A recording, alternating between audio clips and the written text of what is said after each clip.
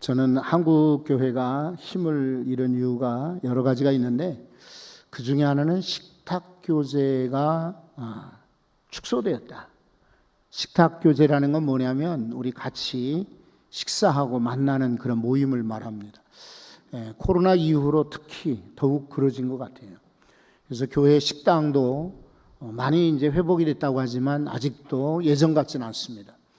그리고 경로당에 우리가 지금 찾아가서 이제 말씀을 나누고 프로그램 진행하잖아요.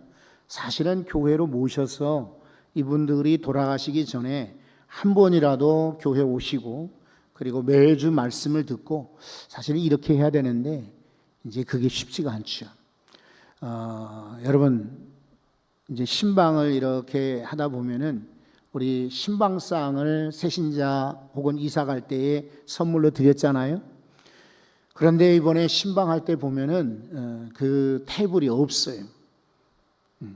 아니면은 있어도 그걸 꺼낸 흔적이, 사용 흔적이 거의 없어요. 그러니까 이번에 신방 때문에 꺼내놓은 것 같은 그런 느낌을 받았어요. 가정 예배를 못 드리는 거예요. 이 가정에서의 식탁이 사라졌어요.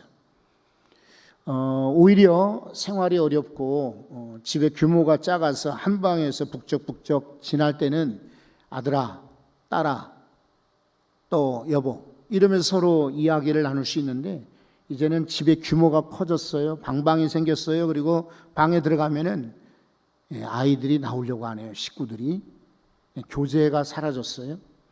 아침에 먼저 출근하느니 학교 가느니 또 집에 남느니 아침 식사를 함께 하는 시간이 거의 지금 가정마다 이제는 사라졌어요. 각자입니다. 점심은 뭐 더 말할 것이 없죠. 점심을 함께 집에서 드십니까? 그러기도 쉽지가 않죠. 그렇다면 저녁은 어떤가요? 저녁은 더더욱 아침보다 가족들이 흩어져 있어요. 이 가정의 식탁이 흩어지고 예배로, 기도로, 관심으로, 사랑으로, 권면으로 만날 수가 없어요. 그러다 보니까 신앙이 약화되는 듯 보여요. 구역 예배도 예전 같지 않죠. 그냥 교회에서 만나서 안녕? 어떻게 지내? 괜찮아요? 문제 없을까? 이러고 구역 예배라고 이렇게 모인단 말입니다. 그러다 보니까 예전같이 찾아가고 만나고 교제하는 모임이 줄어들었어요. 세상의 모임은 더 늘었는데, 그렇죠? 세상의 약속, 모임, 무슨 회, 어디 놀러 가는 거 이런 건 많은데 신앙 모임은 축소되었어요. 그래서 기독교, 교회가 연약해지는 거예요. 할 수만 있으면 이 식탁을 다시 한번 일으키시기를 바라요. 이 성찬의 교제는 그래서 중요한 거예요. 오늘도 이 성찬을 통해서 교제하는, 하나님과 교제하고 예수 그리스도와 교제하고 성령님과 교제하고 우리 모든 성도들이 교제하는 시간 되시기 바랍니다. 그런데 오늘 엠마오로 가는 두 제자와 예수님과 만나서 만찬을 가진 이야기를 오늘 본문으로 골랐어요. 그래서 엠마오의 만찬입니다. 엠마오의 만찬이 무슨 성찬과 관련이 있느냐? 영국에 있는, 지금은 뭐 예전뿐이니까 돌아가셨지만 바클레이라고 부르는, 윌리엄 바클레이라고 부르는 유명한 성경학자가 있는데 이거는 그냥 제자들과 식사일 뿐이지 성찬은 아니다라고 주장합니다. 그런데 종교개혁의 주창자였던 마틴 루터는 도리어 이 엠마오의 만찬은 성찬식의 모형이다 이렇게 가르치기도 했습니다. 저는 루터 이야기를 더 따르는 거예요. 아마 이 엠마오 만찬도 성찬식과 같은, 예수님이 계시고 떡을 떼었고 축사하셨고 다를 것이 없어요. 그래서 오히려 성찬식이다라고 여겨집니다. 여러분과 함께 말씀을 나누려고 하는데 27절을 한번 보십시오. 같이 읽어봅니다. 이에 모세와 모든 선지자의 글로 시작하여 모든 성경에 쓴 바 자기에 관한 것을 자세히 설명하시니라. 아멘. 여러분이 옛마을 만찬은 말씀 만찬, 소위 말씀의 교제라고 할 수가 있습니다. 왜냐하면 오늘 성경에 보면은 모세로부터 선지자의 글, 그러니까 예수님은 이 제자 두 사람에게 율법을 통해서 가르쳐 주신 거예요. 그러니까 율법은 구약이고 예수님은 신약의 인물이기 때문에 구약은 소개하지 않고 신약의 예수님만 소개하느냐 천만에, 율법에서부터 예수님이 나오는 거예요. 그러니까 성경, 사실은 이 성경 전체가 다 예수님을 소개하는 책입니다. 성경은 누구를 소개한다? 예수님을 소개한다. 그래서 예수님은 구약을 가지고도 소개하시는 거예요. 그리고 예수님이 얼마나 잘 가르치는지 한번 보세요. 그리고 모든 성경에 쓴 바 이렇게 말합니다. 그러니까 어떤 성경만 가르치고 어떤 성경만 가르치는 게 아니라 모든 성경을 가르치는 것입니다. 여러분 신천지 아시죠? 이만희 하는 신천지. 우리 교회 출입구에 문이 늘 열려 있으니까 여러분들은 아무 생각 없이 이제 들어오지만은 거기 보면은 신천지 들어오지 말라 이렇게 해놨어요. 근데 일주일에 한 번씩 저는 아무개 형제, 아무개 자매, 아무개 뭐 집사 뭐 이래가지고 메일을 받습니다. 그러니까 제 메일은 널리 공개되어 있어요. 그러니까 흔하게 메일을 이렇게 보내는가 봐요. 그런데 아무개 형제, 아무개 집사 이런 분들이 우리 교회 성도인가? 반가워가지고 들여다보면은 그게 아닌 거예요. 저는 아예 자기의 신분을 밝혀 신천지 어디 장막 지파에 속한 아무개입니다 이러면서 목사님 돌아오십시오 그래. 어디로 돌아가? 너희들이 돌아와야지. 예? 그렇죠? 근데 이 사람들은요 성경을 일부만 인용하는 거예요. 예. 저는 지금 주일날 오늘 성만찬이니까 이 누가복음을 읽었지만은 주일날 지금 다니엘서를 읽고 있죠. 근데 다니엘서 1장에서 6장까지는 스토리 같아요. 인물 이야기예요. 설교하기가 사실은 쉬워요. 그런데 7장부터 12장은 교리, 예언, 예언이에요. 예언서, 미래, 종말에 관한 이야기. 근데 이거는 많이 어려워요. 그래서 저같이 오랫동안 설교를 했어도 이것은 설교하기가 쉽지가 않아요. 하지만 여러분 쉬운 것만 설교, 듣기 좋은 것만 설교 이러면 안 되죠. 모든 성경에 쓴 바, 그렇죠? 우리가 창세기를 만약에 나눈다 그러면 창세기 1장에서 50장까지, 요한계시록을 말씀을 듣는다 1장에서 22장까지, 그게 맞는 거지 일부만 떼가지고 가르친다? 이거 조심하셔야 돼요. 예수님은 그런 점에서 모든 성경에 쓴 것을 가르쳐 주셨다. 그리고 또 다시 보세요. 자기에 관한 것을 이렇게 말합니다. 성경에 모세로부터 선지자 그리고 모든 성경의 내용을 가지고 누구에 관한 것을 가르쳤다? 예수 그리스도 자신에 관한 걸 가르쳤다 그랬어요. 성경에 보면은 성공 비결도 있어요. 돈 버는 비결도 있고요. 또 혹은 부자가 되는 비결, 돈 버는 거나 부자가 맞는 거지. 그리고 출세하는 비결, 그리고 권력을 얻는 비결, 사람의 마음을 사는 비결, 성경에 다 있어요. 그렇지만은 성경에서 제일 귀한 진리를 꼽으라면 바로 예수 그리스도를 배우는 것입니다. 왜냐하면 세상에서 우리는 많은 성공 비결, 많은 승리의 비결, 출세 비결, 뭐 이러쿵 저러쿵 잘 되는 건 다 세상도 가르쳐요. 그러나 세상에서 가르치지 않는 것은 바로 예수에 관한 것입니다. 여러분 교회 오셔서 다른 것보다 예수님에 관하여 듣기를 바랍니다. 오늘 이 성찬 속에 계시는, 그리고 성찬 속에 녹아져 있는 예수 그리스도를 체험, 듣는 것만 안 돼요. 체험, 오감으로 체험할 수 있는 시간 되시기 바랍니다. 여러분 눈으로 듣는, 눈으로 보는 설교가 성찬이에요. 귀로 듣는 설교가 성찬이에요. 입으로 먹는 설교가 바로 이 성찬이에요. 여러분, 그리고 예수님은 그 뒤에 27절 뒤에 보시면 어떻게 가르치셨다고 그랬어요? 자세히 설명하셨다. 이 설명은 가르치신 거거든요. 자세히 가르쳐 주셨어요. 우리는 그냥 건성건성이잖아요. 그냥 알면 알고 모르면 모르고. 지금 뭐 왜 애들이 학교에 가서는 공부를 안 하고 학원에 가서 공부하나요? 학교 선생님 다 그렇지는 않아요. 그렇지만 이제 오래되시고 또 학생들 수준이 천차만별이고 애들이 막 학부열이 없고 선생님들도 변명할 게 많아요. 그런데 이제 막 모르는 수학 기호를 적어놓고 그냥 당신 혼자 설명하고 끝난단 말입니다. 그리고 아이들도 질문하잖아요. 선생님, 제가 잘 모르겠어요. 질문도 안 해요. 그러니까 학교 교육이 지금 참 어려운 거예요. 그런데 예수님은 자세히 가르쳐 주시니라. 나 시간 없어. 이것도 모르냐? 아니 여태 뭘 배웠어? 이렇게 우리를 꾸짖지 아니하시고 우리에게 쏙쏙 마음에 들어오도록, 그리고 실제로 느끼도록 말이죠. 그리고 이해가 되도록 가르쳐 주시는 분이 예수님이십니다. 여러분, 덩달아 지금 아래층에서 우리 교회학교 친구들이 선생님을 통해서 말씀 배우잖아요.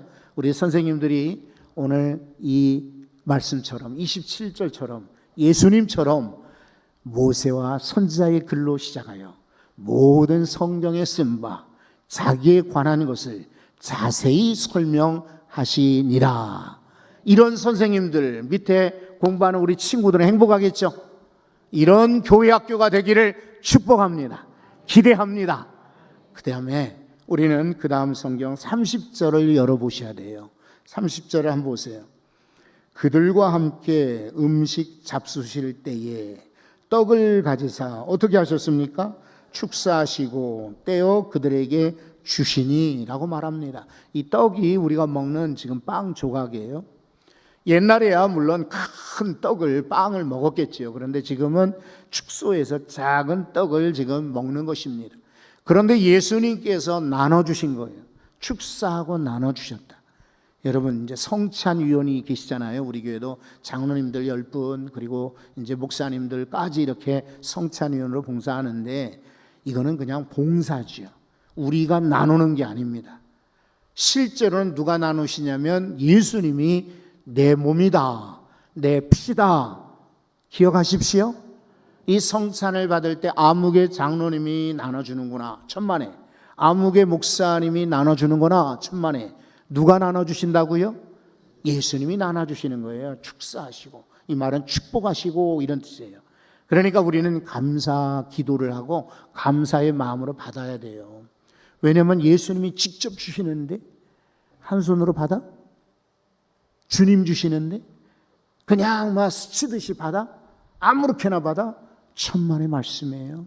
여러분, 그런 분은 없겠지만 그래도 혹시나 그런 분이 있으실까 싶어서 우려해서 말씀드리는 거예요. 주님이 기도하시고 축사하시고 축복하시고 떼어 주신다. 오늘 우리 성찬도 성찬위원들은 섬길 뿐이고 실제로 떼어 주시는 분은 누구시라고요? 그렇습니다. 이렇게 믿고 우리 감사함으로 받으시기 바랍니다. 여러분, 여기 엠마오의 그 만찬의 특징이 31절에도 한번 보십시오. 그들의 눈이 밝아져 그인 줄 알아보더니 예수는 그들에게 보이지 아니하시는지라. 사실은 이 한 구절만 갖고도 오늘 하루 종일 설교해도 모자라요. 그러나 우리 이후에 성찬식이 있기 때문에 짧게 말씀을 드릴 테니까 잘 들어보십시오. 여러분, 눈이 밝아졌다. 성찬에 참여하고 눈이 밝아졌다라고 말하고 있어요. 이게 마법은 아니에요, 절대로. 근데 기대는 할 수 있죠. 이게 요술이나 뭐 놀라운 기적은 아니지만 이런 마음의 소망을 갖고 우리 성찬식을 갖습니다. 뭐냐면 이 성찬을 나눈 이들마다 눈이 밝아지기를. 여러분, 이것은 내가 시력이 좋아진다는 말이 아니에요. 분별력이 생긴다는 거예요. 마지막 때를 아마 우리 사는 이들은 누구든지 아마 느끼시겠지만 분별력이 필요할 것 같아요. 돈이 많다고 성공하는 거 아니에요. 또 친구 많다고 행복한 거 아닌 것 같아요. 내가 옛날에 뭐 지위가 있었다, 힘이 있었다, 예전의 지위가 우리를 노후에 편안하게 하는 것 같지 않아요. 얼마 전에 제가 친구들 만났는데 어떤 친구가, 옆자리에 앉은 친구가 이런 얘기를 합니다. 부고장 있죠, 부고, 문자, 부고를 봤대. 문자가 오길래 그거를 어디서 장례가 열리나? 그리고는 이 연결 사이트가 밑에 있어가지고 꽁 하고 눌렀는데, 알고 보니까 그날 저녁에 자기가 가지고 있던 돈이 2,300만 원이 날라갔대. 근데 그날 저녁에요, 제 아는 목사님이 저한테 문자를 주었어요. 오재택 목사, 아는 분인데 아들이 결혼하게 되었습니다. 축복해 주시기 바랍니다. 그리고 청첩장을 주소로 이렇게 연결을 해놨는데, 혹시 여쭤볼게요. 제가 그것을 눌렀을까요? 안 눌렀을까요? 여태 안 봤어요? 여러분, 마지막 때에 분별력을 가져야 돼요. 눈이 밝아져야 됩니다. 아니, 우리 아이가 여자아이를 데리고 와가지고는 엄마 아빠 나 결혼할래요. 그래, 네가 좋으면 결혼해. 여러분, 이러면 안 되잖아요. 우리 만약에 딸이 남자아이를 데리고 와서 내가 이 남자를 가만히 보니까 괜찮아, 나 이 남자랑 결혼할 거야. 딸아 잘했다. 결혼 안 하고 살 줄 알았는데 결혼한다니까 기쁘다. 그래, 마음대로 해. 여러분, 이런 부모는 안 계시겠죠? 마지막 때에 눈이 밝아지기를. 할렐루야. 사업을 하실 때 눈이 밝아지시기를, 병원에 고를 때도 눈이 밝아지시기를, 사람 만날 때 눈이 밝아지시기를. 이 성찬을 통해서 요행이나 마술이나 기적이 아니라 정말 눈이 밝아지는, 성경 이야기는 여러분 그렇지 않습니까? 옛날 이야기를 우리에게 소개하려고 옛날 이야기를 적어놓은 게 아니에요. 이거는 오늘날 우리에게도 이런 일이 있다라는 것을 강조하기 위해서 알려주시는 거거든요. 그러니까 제자들의 눈이 밝아진 것처럼 여러분, 이 떡을 먹을 때 여러분의 눈도 밝아지시기 바랍니다. 그리고 예수님을 알아보았다 그랬어요. 이제야 예수인 줄 알았다. 늦었지만은 이거 놀라운 전환점입니다. 왜냐하면 그 다음부터 예수님을 발견하고 이 두 사람이 변한 거예요. 엠마오로 가던 사람들이 바뀌었어요. 변화가 시작되었어요. 예수만 알면 달라집니다. 우리 아이들이 예수 알기를 원합니다. 여러분들이 예수 알기를 원합니다. 우리 청년 세대들이 예수 알기를 원합니다. 이 민족이 예수 알기를 원합니다. 예수님 알아야 잘 돼요.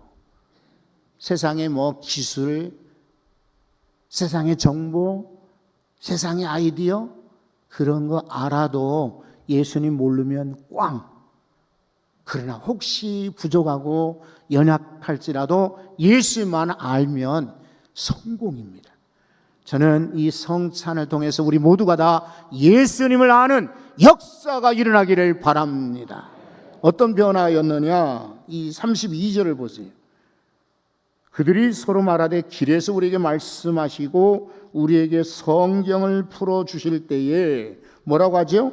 우리 속에서 마음이 뜨겁지 아니하더냐. 마음이 막 뜨거워졌어요. 열기가 생겼어요. 막 이제 힘이 나기 시작한 거예요. 33절, 곧 그때로 일어나, 읽어보세요. 예루살렘에 돌아가 보니 라고 말하고 있습니다. 여러분, 성경에서 예루살렘은 신앙의 본거지, 우리 교회를 예루살렘이라고 말하는 거예요. 성도는 예루살렘을 떠나면 안 됩니다. 도리어 예루살렘으로 돌아와야 합니다. 지금 많은 성도들이 이 코로나 이후에 안 돌아오고 있잖아요. 그죠?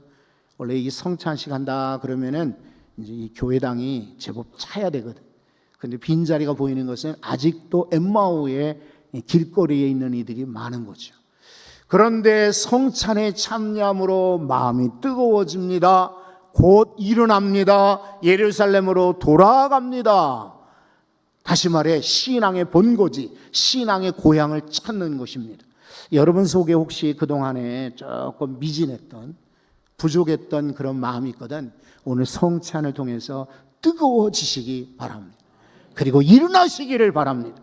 예루살렘으로 돌아가실 수 있기를 바랍니다.